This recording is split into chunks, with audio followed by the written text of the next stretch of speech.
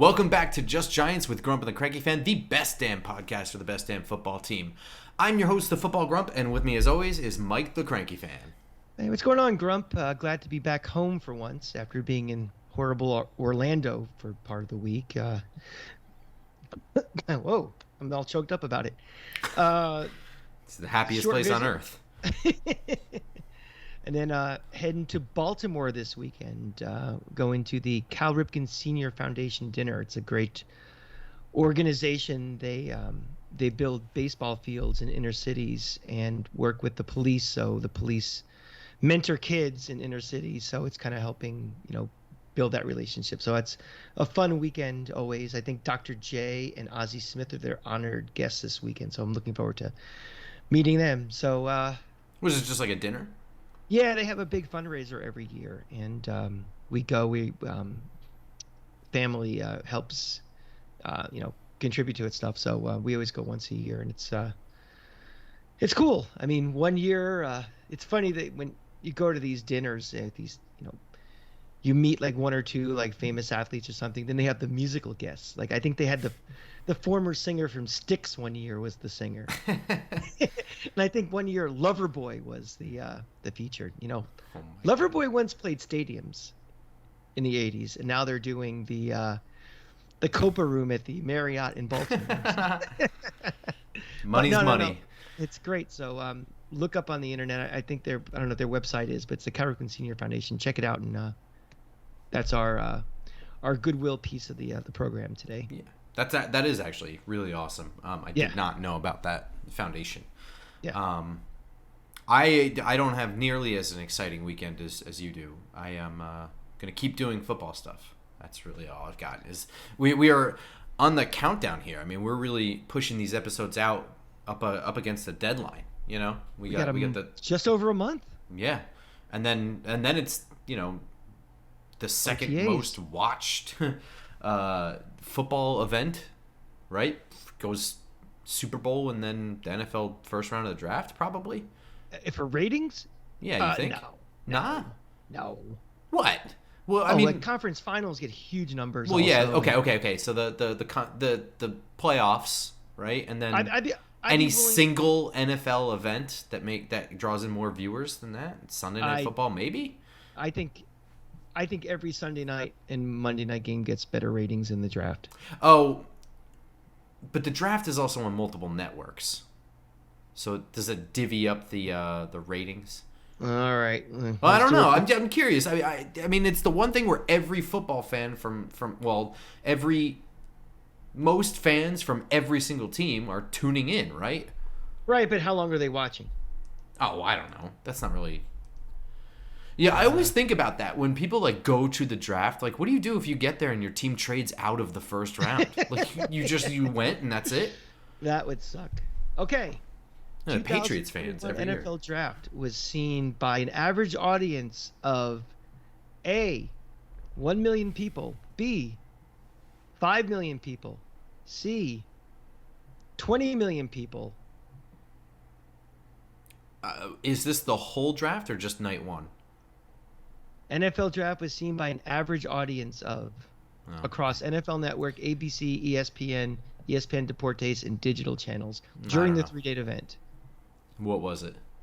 6.1 million viewers. Okay. All right. So that's pretty low. The average Sunday night game gets about 20 million. Yeah, that's pretty nuts. But, to put that also into comparison, how popular football is. This is a show where they're picking players. Yeah. That is about It's quite boring, I have to say. It's about 3 times as much as the Stanley Cup Finals get. I honestly I am excited during the draft and like watching it whatever with anticipation, but it's a pain in the ass to watch. Like I wish the picks could just happen. I don't need the fluff in between. It sucks. Well, let me ask you, do you watch the ESPN broadcast, the NFL Network, or the ABC one? Because what they do on the ABC, they make it more up close and personal fluff stories. The ESPN one's a little more draftnik, and then NFL Network is, again, kind of draftnicky also. Which one do you usually watch? I mean, my ideal is the NFL Network one. It depends on what's available to me. The ABC thing with the fluff stories, like I super don't need that. I think it's a great idea what the league does, because I think some people, again, I think some people, I don't need that shit. That's right. I think people who listen to this and all the other podcasts and stuff, we want players and backgrounds of what they would do. But a lot of people, why this league is growing, besides gambling, is they're drawing in passive fans. Mm-hmm. And passive fan who 5 years ago would never watch the draft, now you're learning about the stories behind them. And there's always the single mom who had fought adversity, and all those stories are just lined up for every pick, and it makes for great television. But that's the beauty of now having this multi-network universe room. You can watch which one you want specifically. Yeah, definitely. I don't actually. It's like the one thing that ESPN that I don't really mind, because I actually do like Mel Kiper. So the ESPN coverage of the draft is not terrible, but I mean it's filled with ESPN advertising for ESPN. So oh yeah. Well, one little piece is before we move on talking about ESPN, we should do an RIP for John Clayton passing away this last week, because I know everybody's talking about the great commercial he used to had, but he was one of the first guys that, back in the 90s, in the 2000s. When ESPN was really just a news program, really.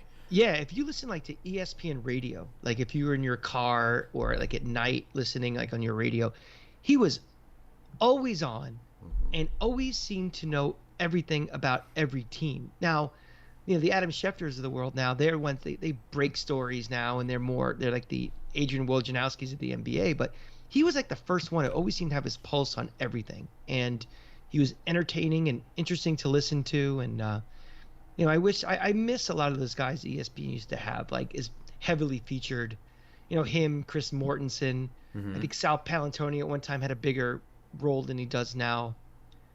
But yeah, it was sad to see that he had passed away. I thought I heard he was sick for a bit, but sucks. I mean, I don't know how old he was, but he certainly looked older than his actual age. I think he's one of those guys who, an early balder. You know the type, don't you? Yeah, I'm familiar with a few. All right, since you decided to be a dick, we're gonna move on to the. I didn't decide; it just was bestowed upon me. Right, of course. Fate decided to be a dick. Let's. So we're talking tight ends and fullbacks here. We're gonna lump them together because they kind of function the same in today's NFL. And like most positions on the Giants roster, this one is devoid of a lot of talent. And also just numbers. It's also devoid of, we've kind of basically jettisoned both rooms and are starting over pretty much. Yeah, I mean, it completely wiped out the fullback room. Elijah Penny had been here for quite a while, a couple years now. Was not at all a bad player. Also picked up like some running back duties last year, like in an increased role. Gone. And Colin Gillespie, who was added last year, mostly as a special teams player. I don't even think he got that many fullback snaps. He was gone too, so there's just no fullback on this roster, which is okay. A lot of teams now are kind of utilizing that H-back position, and then in times of need, just lining them up as fullback. But also, we've seen NFL teams be more creative. If they're going to go into a power formation in the goal line, they'll bring a defensive tackle in there or something. Just the biggest body they've got, and tell them to run forward and smash into stuff and clear the way. So I mean, if you're decreasing the role of the fullback, you can field a team without a fullback. Well, let me ask you. In a traditional Brian Daboll offense, how much is a fullback featured? I mean, we know it will be modified and tweaked based upon, current personnel and what we do in upcoming drafts and talent acquisition. But is it a position that's leaned upon heavily, or is it just something that we can live without having one for now? I think we can live without having one now. I mean, most of the time in the fullback in Daboll's offense is going to be utilized kind of a little bit as maybe some extra blocking and pass protection. Also, just running some flat routes. Nothing crazy as part of the route tree or anything like that. Usually the last option, the check down, kind of thing. And in that scenario, you can have an H-back do that. You don't need to have a special guy to do that. And, I think if they want to introduce that into the offense, later on, next year, the year after, it's a luxury. You can get yourself a true fullback to play the fullback position or the offset fullback position. I don't know why those things are distinguished somewhat differently, but you can do that at a later time. But it's not so staple to the offense that it needs to happen now. I think they can function with an H-back, but they will definitely need an H-back and a Y inline tight end. Mm-hmm. Absolutely. I mean, they haven't had one. So it's interesting. So we lost Penny. Mm-hmm. Looking at the free agents that were available, all the available free agents have been signed to this point except for one, and that would be Elijah Penny. So I guess the question is it conceivable he can come back? Sure. I don't see why not. I mean, if the man is going to want to work, so right, he'll take whatever deal. I mean, I don't know that it's going to be a priority for us to get him with the salary cap issues that we're having. But if it comes around, later on in the summer, because a guy like him, he can hold out until spring, into the summer, into the fall even, and wait for somebody to get hurt or get suspended or whatever. And quite frankly, Elijah Penny can, he can market himself as a running back as well, because he took on those extra duties last year and did not look bad at them. He's only 28, so it's not like he's, mm-hmm. trying to squeeze one more year out of him. I mean, it's still kind of in his prime if they needed to. So, yeah, I guess that's a possibility. And, again, we're recording this on Thursday night, and he's, as a sport track, he's the only one out there that's still available. Yeah, and so he's doing much of what we're doing, I assume, sitting on the couch, feet up, eating some cereal or something on a Thursday night. Living the good life. I'm sure he's like working out and staying in shape and of whatever. Course. But yeah, I think if this position is left totally empty for this year, I think they'll be fine. In my personal opinion, I think it's a good idea to have a fullback on the roster. I like what Elijah Penny was able to bring as a runner, in addition to his special teams play was very good. But to me, I mean, having a use check kind of guy or whatever is super helpful to an offense. I think that we've, as a society and football fans, have soured on the traditional fullback because it's part of that traditional running game that's not part of the modern NFL anymore. But that's kind of horseshit, right? I mean, it's just like, sure, you don't need gold doubloons to have money, but if you do, it's extra fucking money, isn't it? So it's a luxury. Well, also, until I know this offensive line is stabilized and can run block consistently and pass block, I don't mind having an extra guy back there who can block, who hits people. Yeah, absolutely. We can use all the help we can get in keeping Daniel Jones upright and healthy. Having Saquon Barkley, we're trying to make decisions about all of these guys. I want to give them the maximum chance to succeed. Yeah. And a fullback, a tight end who can chip, anything that can help this line as we're rebuilding it, to me is a positive. So, would a fullback be featured in this offense? I don't know, but maybe for right now, just getting a body who can do, anything to help this offensive line, I think would be nice. Yeah, I agree. Saying that though, I don't think you want to spend a lot of money on that role. Either. No, I wouldn't spend any. I honestly, well, it's conceivable that Elijah Penny comes back here, just because the familiarity. He's already got a house here. You know what I mean? If that's the only deal he can get and we can afford it and we want it, it's super conceivable. But I don't think we can afford it. Straight up, I just don't think that we have that money to spend on anything that can be considered a luxury, which I think you can. But who's to say? I mean, who knows what happens if James Bradbury moves? He's $12 million extra dollars, and however things are addressed after that may clear or add or whatever. So, like we say every moment of every day, the cap is fluid and it makes no sense. But besides the fullback room clearing out, I mean, they really cleaned house with the tight end room as well. I mean, we knew Evan Ingram was going to leave, right? Not that he's a bad player, but he's certainly did not live up to the billing of the first round pick that Jerry Reese and Mark Ross made him out to be. It was time for a conscious uncoupling with us and him. Yeah. And honestly, good for him. I don't know that he's worth a $9 million contract in Jacksonville. I don't know. Well, I mean, we've been saying this all along, that his reputation around the league is a lot better than it was, at the Meadowlands and with Giant fans. I mean, this is a guy that last year, all the criticism he had for drop balls and things in critical times still was voted in to be in the Pro Bowl. Mm-hmm. And, it's like, well, everybody gets in the Pro Bowl. No, not everybody. No, they don't. There's, 16 starting tight ends, probably maybe let's say 18 in this league, each conference. Last time I checked the Pro Bowl roster, there's not 18 tight ends. Mm-hmm. So his reputation, it may not be, doesn't tie specifically with, his skill set and his achievement, but somebody out there thinks something of him.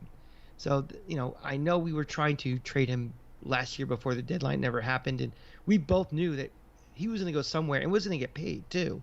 Yeah. And he probably and Jacksonville has a money cannon apparently that they just keep reloading and firing.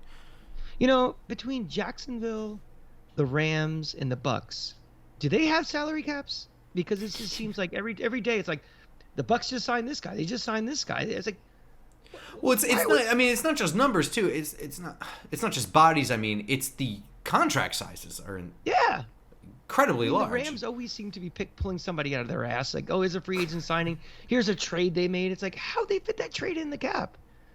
So I don't know. It's probably why they won the Super Bowl, because they have they have guys smarter than us running. Nobody cares. I have no idea.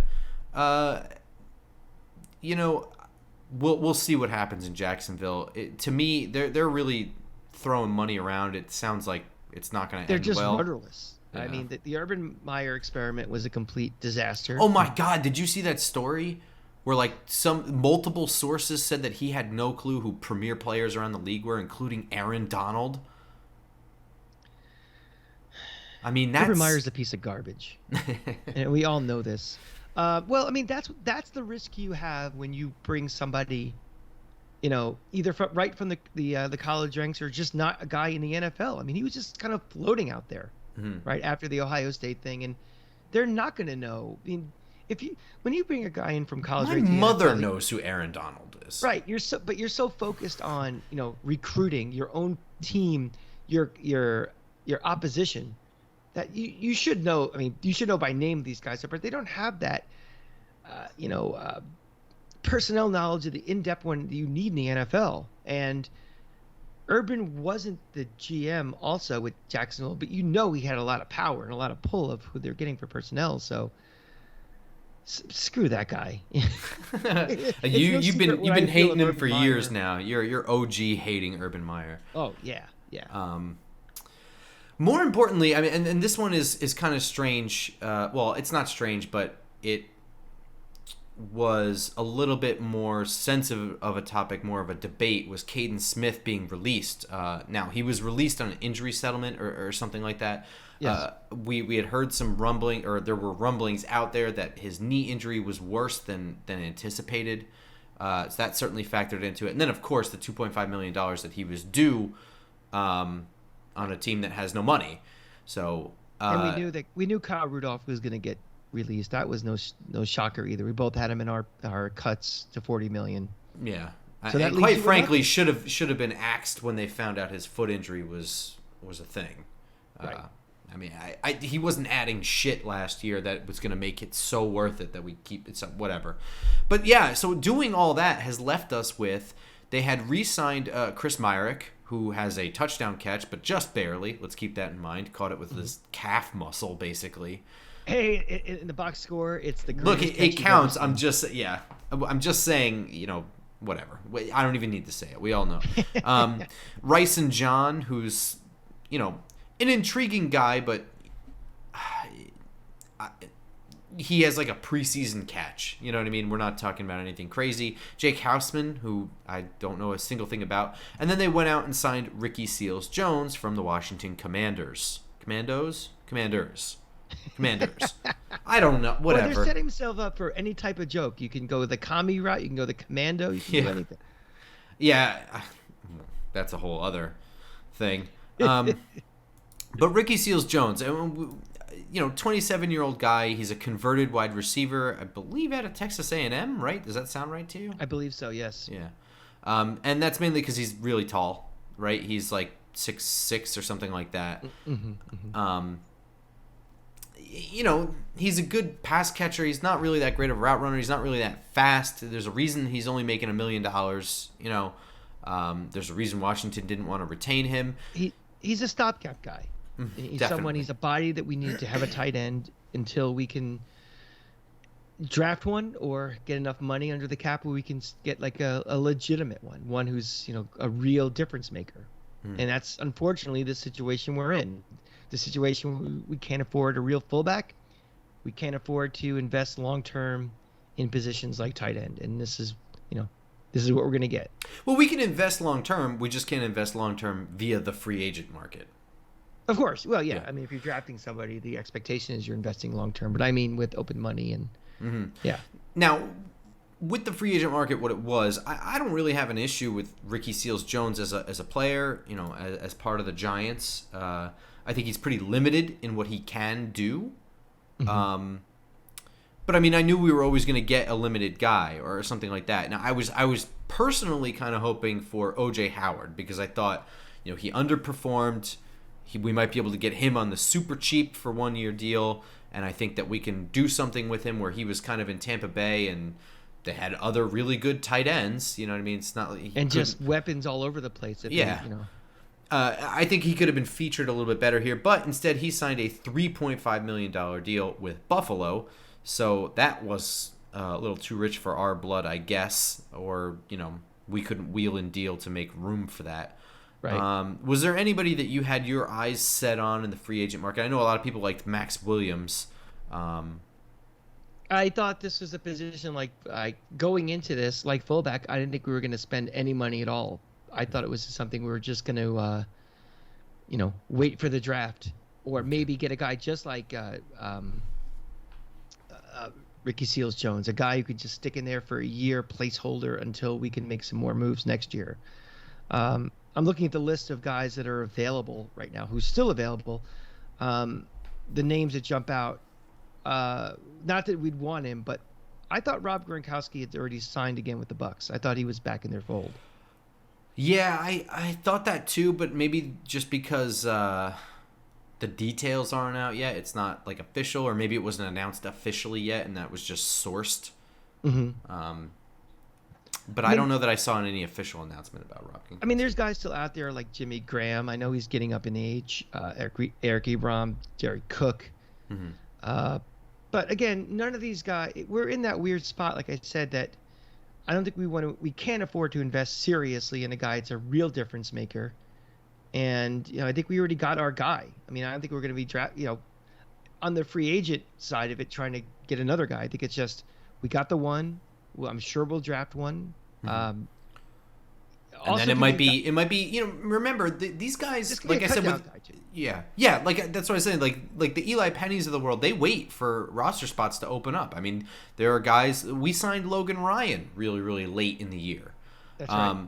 I mean, don't forget about that. That some guys hold out till the end. Some guys get hurt in training camp. Some guy. I mean, there are. You don't need your roster right after the draft. There's still time, and things still shake loose and change. Oh, sure. There'll be undrafted free agents available. We always say that the cut down day, that scramble.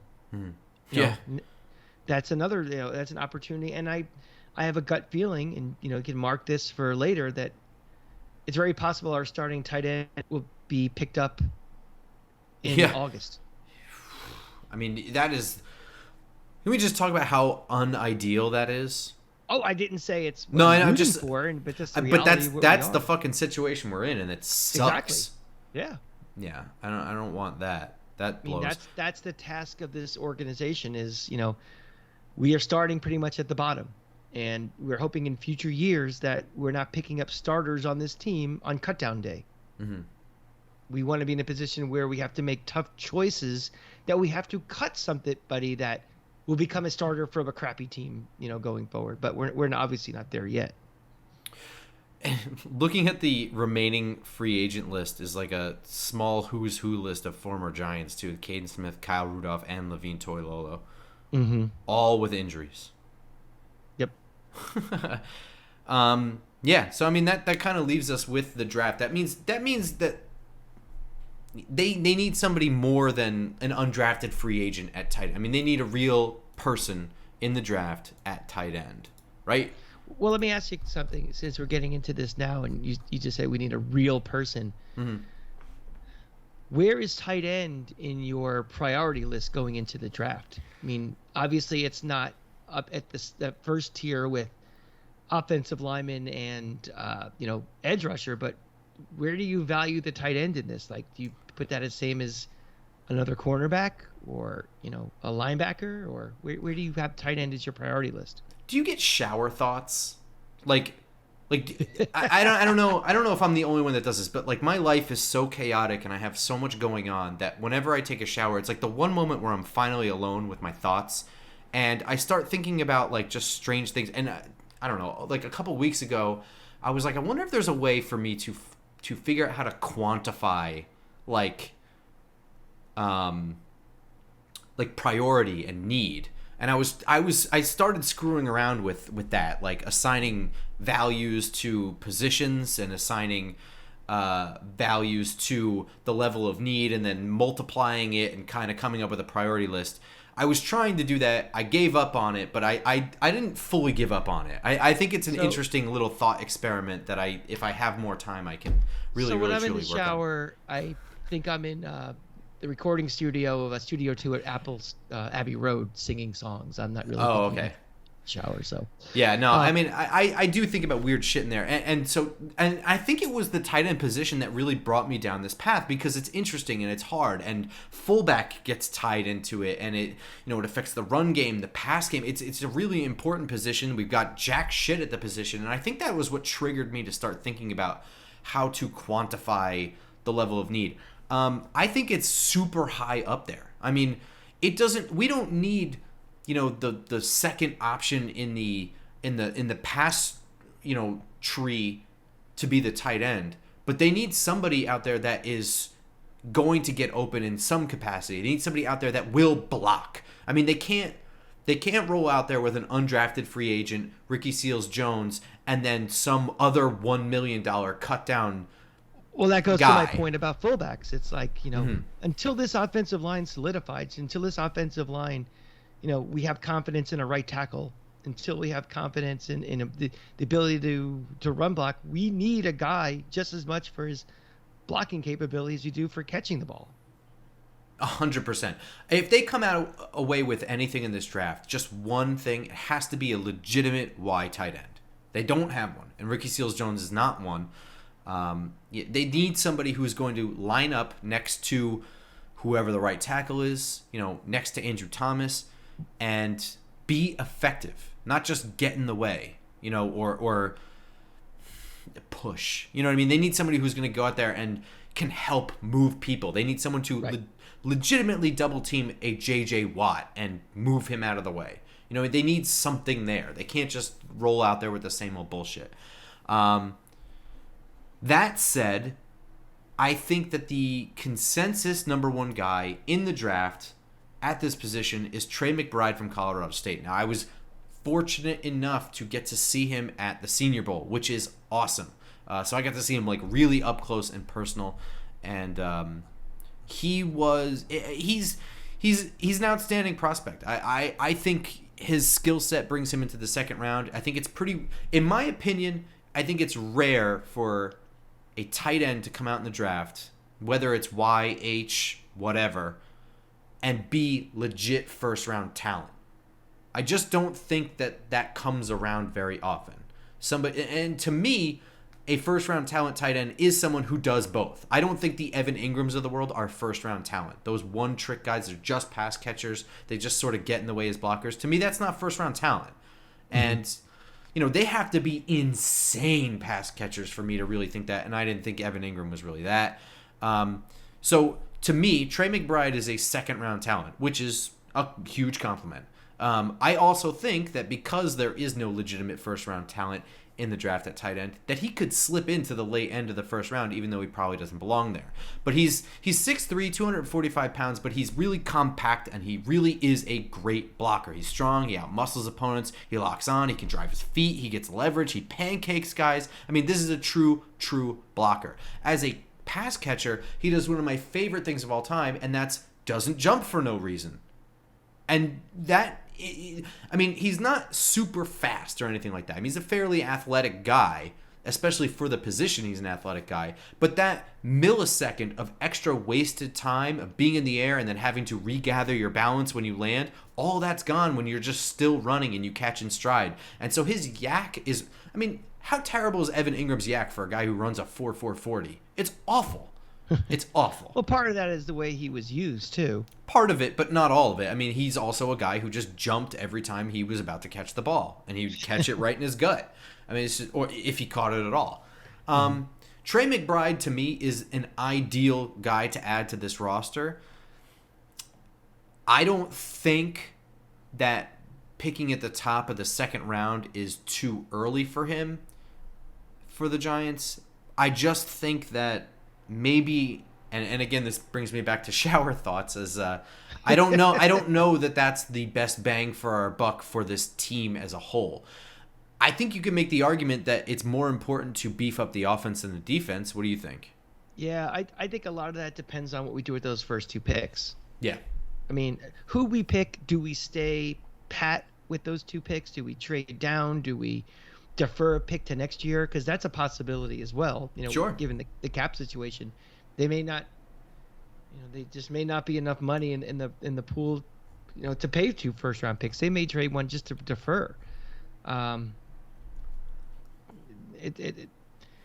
say this: I wouldn't be disappointed if we took McBride in the second round at all. I would love to have him on the team. I think he's going to be a fantastic addition to whatever team he goes to. Mm-hmm. It's just a matter of, we're going to get this feeling anyway, because the team has so many holes that whoever we pick, it's going to be like, but we could have had this guy, but also we do need both. When you have so many holes, you have the assumption is in the first round we're probably going to go some sort of combination of O-line, edge rusher, one of those 2. So all the other holes that are out there, it's like you still have to plug those other holes. So if you get what you think is the best tight end in the draft and he's available to you, you've solved a problem. We have multiple problems. We got 99 problems. We have 99 problems, and a tight end is one. Yeah. So I say you get him. Yeah, I wouldn't hate it. Like I said, it really is going to depend on who's on the board. And to me, I don't think the top of the second round is too early for a guy like him. No. I mean, if we decide to draft, a quarterback, up there, I'd be a little like, we have a lot of holes. That's not going to help anything right now. But yeah, that would be silly. Exactly. But for something like that, well, that's on our list of significant upgrade. And also just the lack of what we have now. We just don't have anything at all. So I wouldn't have a problem with it either. I would have a problem if for some reason let's say we traded one of the picks like from 6 to 16 and we took it. I'd be like, well, wait a minute. Well, yeah. We get to make our signature picks first in our, the highest impacted, more critical spots in tight end. But a high 2, no, I think that's fine. Yeah. Also around the second round, the dude from Wisconsin, Jake Ferguson, I really like. I was surprised, and I don't want to spend too much time on this, but I think this highlights a bit of the difference of what the Giants really need. Cole Turner from Nevada was somebody that was also at the Senior Bowl. I did some Senior Bowl prep work on him, and I was like, I mean, he's 6'6", 250, but he's a wide receiver. That's how Nevada runs an air raid offense. So it's not necessarily his fault that he's just a big wide receiver. That's just the kind of offense they run, in addition to the fact that he is really, really tall. I mean, he's 6'6". And he runs pretty fast, 4.7 40. That's pretty fast for a 250-pound guy. I was surprised when I really did the deep film work on him, this week leading up to this. He's a better blocker than I wanted to give him credit for. I mean, they used him mostly out on the edge. He can kind of turn guys around. One of the things that he adds that we don't have at all is he's a true red zone threat because he can high point the ball, and that's kind of how Nevada used them. If they were in the red zone, it was pretty much a guarantee that Cole Turner was going to go to the end zone, turn around, and high point the ball. Wasn't Kyle Rudolph brought in here to be the red zone threat? I mean, he was brought in to do that. How many problems were there with the offense? 99? Yeah. So the thing is here, I would like to have a Cole Turner on this offense, right? He is essentially Ricky Seals-Jones, except I like him better. I just don't think. I mean, that is a luxury we can't afford, right? Mm-hmm. With all the holes, a guy that isn't really. He's not at all Y. I don't think he ever lined up in line. So, to me, I would like to have Cole Turner for his red zone presence. Also, take the pressure off of guys like Toney and Golladay in that scenario, because Galladay is also really tall. Kadarius Toney's got that whip ability. I mean, he's just so quick that he can win, with separation real quick and catch the ball and score. But this team this offense has to improve so much. We have to get better, even going from 20 to 20, and also potential for big play touchdowns. Like, is it that crazy to want to have a 35-yard touchdown? Like, the problem this offense last year was just even getting to the red zone was a problem. Then being in the red zone was a problem. It's like we have to incorporate the quick score, the quick strike into this offense. Yeah. So does he fit into something like that? Yeah. I don't know. I mean, he can get downfield, but he's not overly fast or anything like that. I don't think he's going to be, some game-changing tight end. You're not saying a lot for me that we want to draft him. No, I mean, okay, so like I said, I was pleasantly surprised. I think he's a third-round talent. I just think that he is a type of tight end that we just can't afford right now because we have literally nothing. And we need – I mean, this is a team that can't block. It's a team that can't block, right? We agree that needing to block is the number one need for this team. Getting a tight end that can block certainly helps. That'd be a nice start. Moving down into like the fourth-round area, I was really impressed with Isaiah Likely from Coastal Carolina.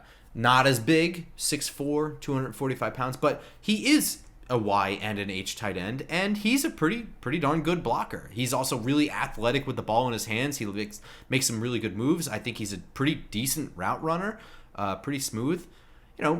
I know that he's playing at Coastal Carolina, and they're playing the likes of Troy and whatever, but I mean, he can only do what he can do. And he was another Senior Bowl guy. They also were a pretty good team this year, too. I mean, they were a ranked team for a while. They were not to be taken lightly, Mm-hmm. So and not for nothing, but they play Appalachian State is not a total pushover either. App State is pretty decent team. They play like Kansas. They play Louisiana, who Billy Napier coached. Yeah, so I mean, like, yeah, sure, it's not the SEC or anything like that, but it's also it's not for nothing. Trey McBride played the MAC or whatever right. Colorado State is, and so I mean, I really like Isaiah Likely from Coastal Carolina, and I think that he is somebody that, even though I don't think he's as good as Cole Turner, I think he adds more to this team and what they're missing. He might be in high demand, though. I mean, I've seen his name thrown around by a lot of people for a lot of places. A lot of people really like him. Like I say, he made some noise at the Senior Bowl as well. Also in the fourth round, there's the Ohio State guy, Jeremy Ruckert, I've seen some people call him tight end 1. I'm just going to, what I saw on film is a guy that does nothing special. Everything he does, he looks very average to me. I don't think he gets any separation. I think he's slower than shit. I don't think his cuts are very sharp. I think his blocking ability, he wants to block.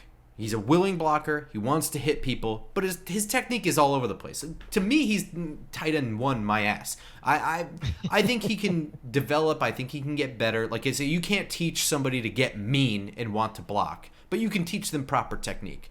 I just don't think that he's there yet. So to me, he's like fourth-round talent, whatever. I've also heard that he was like underutilized or misused at Ohio State, and they have they have all these other wide receiver weapons up there.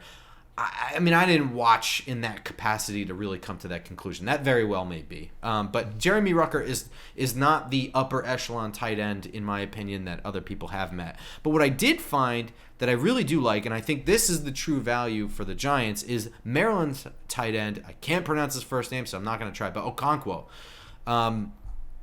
Man, this guy really jumped off the tape to me. And maybe he's down because he's not very tall. He's like 6'2". That's super short for a tight end, which is it's taller than me. But this dude is another one that's a true Y and an H. I think he's he looks pretty polished in his route running. And he played at Maryland, so he's playing in the Big Ten. That's some pretty decent competition there. They play the Ohio States of the world and the Penn States of the world, for that matter. Sure. I think he's a good hands catcher. I think He doesn't really rely on his body too much to make the catch, which is good. I think he's a really good blocker too. I think that this is a guy that probably isn't getting as much recognition because of, silly things like his measurables or whatever. And again, this team needs talent, and it needs it. If they take this dude in something like the 5th or 6th round, and he ends up being a depth guy in a year, 2 years, and he's tight end 2 on this roster, or tight end 3, I don't really think I care. I think that's okay. And I think that tight end 2 kind of thing is almost automatically like a tight end 1 on this current roster. Right. I encourage people to check out Okonkwo from Maryland. I think that that's a guy that, when you need to fill as many holes as you can, you need to absolutely nail every round of the draft. Mm-hmm. And when you get into the late rounds, you're probably drafting depth guys, but they need to be true depth. Or maybe you're drafting projects, and maybe sometimes those are both the same thing. I think that Okonkwo is somebody that really should be in the Joe Shane crosshairs, the Brian Daboll crosshairs. Overall, I think that this tight end group kind of sucks. There's not really a whole lot of top-end talent, in my opinion. I really like McBride and Ferguson, but all the other guys, and I know a lot of people like Greg Dulcich from UCLA. I thought he was, he's a pretty good mid-round guy, but I also, not so many guys knocked my socks off, and that kind of sucks because we really need someone that will knock opponents' socks off. Or do you not think so? Do you think we're okay with like a tight end 2 kind of guy just being added to Ricky Seals-Jones? I think so. Again, to sum up what we said before, I'd be very surprised if I'd be surprised if we took someone in the 2nd round. I wouldn't be mad or disappointed about it, but I would be surprised, I think. Yeah, I think I would too. So I think once you start getting into, you get into Saturday on the draft, then it just becomes who's the best available on their board, and it's a priority position to fill for sure, but I don't think they're going to reach just to fill the spot. I don't think so either. I mean, if they're going to reach for anything, it's probably going to be for something of major need, like a tackle or whatever. Yeah. So I think they're going to, the best one that's on their board at the time they'll take. And I think you always say they don't draft for position, you draft for player. Correct. And I don't think they're going to jump their board just to make sure they get a tight end. I think it'll be just he's the highest guy on their board when we get to the 4th round, and it's a tight end, they'll take him. I think that's the way and that's the prudent thing to do, I think, with this, because you don't have to have your tight end this year. There's always next draft. Do you think that there's any chance of them doubling up on tight end? Like, let's just say, no. Okay. No. Well, I mean, okay. Let me put it to you this way. Let's say they, day 2. Trey McBride's on the board. They take. Well, let's say Jake Ferguson in the 3rd round. So okay, so you got this guy from Wisconsin. He's probably better than Ricky Seals-Jones right off the bat. And now you're on day 3. You're in the 6th round, and the best player on your board is a guy like Okonkwo or whatever. Do you think it's absurd for them to get 2 and just solidify the position because he's the best guy on their board? I think when you get down to like day 3 and he's like, well, he's the best guy on your board, the guy who's right behind you on the board might be so close. Yeah. Then that's where I think you start thinking about position tight end over versus cornerback or something. Gotcha. So I think that best guy, those numbers are higher when you're higher up on the board. But when you're getting down there, I think you're starting to split hairs of this guy's number. This is my highest guy. This is the 2nd highest guy. I think you're really you're splitting hairs. And I think then it's more prudent, roster balancing. I think all things relatively equal, take the position, but they don't do that early on in the draft. Okay. How concerned are you about the tight end position? Like, what's your level of uneasiness right now? At this moment? Yes. Pretty uneasy. Yeah. I think let's come out of the draft and revisit, because again, this is still a work in progress. I mean, if the season started today, I'd be very worried. But I know there's a draft coming up, and I know, and like I said, I think one of the starting tight ends might not be on this roster until August. So I think it's a wait in progress, and let's see what happens. But if they And for some reason, the way the chips fall in the draft and they don't take a tight end, for example, then I'm going to be very worried. And it's possible. I mean, again, best player on board and just the way day 1 and day 2 fall, and somebody drops in day 3 that they don't end up taking a tight end. It's a possibility. Then I'd be very worried. But I'm not ready to get that fear out until we come, after April 30th, whenever the day 3 is, and then I'll reassess my nervousness then. Yeah, I mean, I'm probably the most nervous about right tackle because there's just nothing there. But I'm a little. I mean, I guess I should be uneasy, but it feels insane to me that there would be a way in which they don't draft one of the top tackles. So I feel a little okay about it, if that makes any sense. It's almost like we're taking our position of weakness, and I feel in my bones that they're going to use their most important investment on it. So I feel good about it. I feel there's like a 99 and 44 100% chance we are going to draft at least one. Oh shit. I have the lightning game on. Yeah, I was gonna say that's bitch.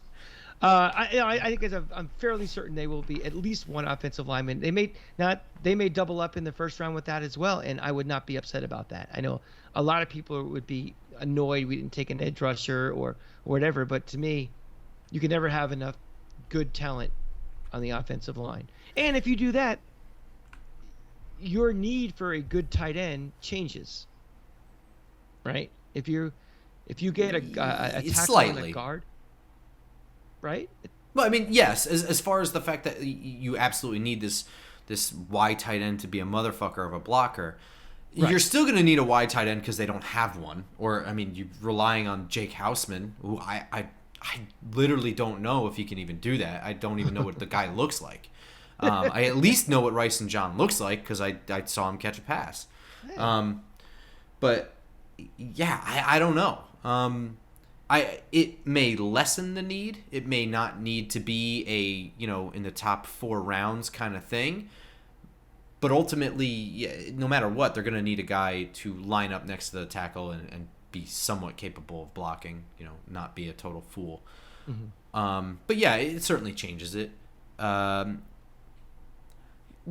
far as fullbacks go, the only one that I really, there's Jeremiah Hall from Oklahoma, and he's pretty good. I wasn't super into him, but I really like Connor Hayward from Michigan State. It's hard for me to project where he's going to go and where he'll be available because he's trying his best to make himself as marketable as possible and show all the skills he can do. Maybe he is more of an H-back tight end and not just a true fullback or whatever. And he would be somebody really good. But again, now we're getting down to the Okonkwo rounds there, that day 3 kind of thing, rounds 4, 5, 6. I mean, I'd 4 my ass. For Connor Hayward, probably 5 through 7. If you can get him as a priority free agent, that would rule. But I don't think that's going to happen. I think he's probably gone by the 5th or 6th round. So Connor Hayward is somebody that to keep in mind. I don't really have a highlight clip of him or anything like that. But I encourage people to check out Connor Hayward as well. Closing thoughts on this. I'm more worried about the tight end position because it's so up in the air than I think any other position on this roster, right? I don't know what position feels the most up in the air. It's the most concern tied with the most uncertainty, I guess. Like for the reason you just said, we're assuming we're coming out of this draft with our starting right tackle coming up when right. Maybe an edge guy, but even if we don't have that, at least there's Ojulari and you know what I mean? Like Right. There could be any direction which way tight end will go, and there's a slight possibility that potentially may not just be addressed in the draft too, and then we got a real problem. Yeah. I think they will. Again, it's just as much as we said, well, if they already drafted a tight end, Ty goes to the other position. Well, if we don't have a tight end drafted and we're getting to the 6th round and there's, maybe a cornerback ahead of the next guy down who's a tight end, they may go tight end just to fill the spot too. So it goes both ways. Like with tackle, I feel good in the fact that we're in a position where we can get one of the premier guys. With tight end, I don't know where we fit with that. I don't know what's going to be available when we're picking. And that's certainly, we cannot afford to reach, and we cannot afford to miss. This team can't miss, or they're going to set themselves back a whole year. The thing is, we can't rely on guys that we're going to reach for. That's the difference. I mean, yeah. we can make some reaches for things, and if it doesn't work out, oh well, in a position of... But that reach has to be a fucking home run. Exactly, yeah. Especially if we're saying that, that reach could be tight end 2, or it could be even tight end 1, based on what they think of, the guy we got. Seals Jones. Yeah, exactly. Yeah. I mean, we didn't just get Mark Bavaro. I mean, let's relax. Yeah. It's a guy who signed for what, a $1 million contract? Just north of that, like 1.1. Yeah. So again, like Evan Ingram got 9 times as much as he did. I mean, that doesn't mean that there's not a direct correlation between how much you make and how good you are, but that's what the market thinks of him. Yeah. Yeah. Any other closing thoughts? Is that it? Is that this episode? I think that's this episode. Nice. I mean, we covered a lot. We covered 2 important positions that a lot of people kind of dismiss when they think about in the draft, but they are pretty important pieces. Probably become more important to fill once this roster is more solidified and more built out. Mm-hmm. So maybe we're just we're talking about icing on the cake when we haven't baked the cake yet. But the opportunity's there to get them. You get them. But I'm not going to, I'm not going to be up all night. I'm not going to be in the shower for 3 hours like you are worrying about we didn't get a fullback. Yeah, I mean, I do that from time to time. So. Yeah, we'll have to check your water bill out and see what's going on. That's going to do it for this episode. Up next, we have the Edge class, which is going to be, I'm sure, the meat and potatoes for a lot of people. Yeah. Yes. That's going to be interesting. I'm hoping that we're going to have that one by Tuesday. It's a lot of work, but I think we'll be ready for that. But whatever. Follow us on Twitter at @football_grump, at the Cranky Fan, at Just Giants Pod for any updates to the episode schedule. But additionally, on Sunday, I am joining Snow Studios for a little Giants podcast. I'm not really sure what we're discussing. I'm sure just all things Giants, the draft, the Senior Bowl. Super excited to join him on his show, so be sure to follow there, and I'll tweet out the link and all that stuff. So yeah, that's what I've got going on. You're going to Cal Ripken's thing. I'm going on Saturday, and on Sunday I will be on Long Island for Lightning Islanders. Cool. So yeah, so is these have one good team. Yeah, those of you who are Islanders fans will find that just another group of people for you to rile up. I mean, you do a pretty good job with the Yankees fans. Yankee fans, Nets fans too. Baseball season starts 2 weeks from tomorrow, and congratulations on not making your team any better this offseason. And congratulations also to you that there will be an additional playoff team this year, so you might sneak in as the wild card. So kudos to you. Oh my God! All right, so it's basically what I learned is I need to end the episode before you start going. All right, everyone. I think we should have ended the episode before you started talking about your shower activities. That was up close and personal with the Grump that I will never take a shower again and think of it the same way. Oh well, sorry. Whatever my wonderful formula is for quantifying positional need or whatever, I won't share it with you because you don't want it. Yeah, and everybody want to send him a shower cap. You can direct message him at @football_grump. Yeah. Please. All right, everyone. We will see you next time. Go Giants. Go Giants.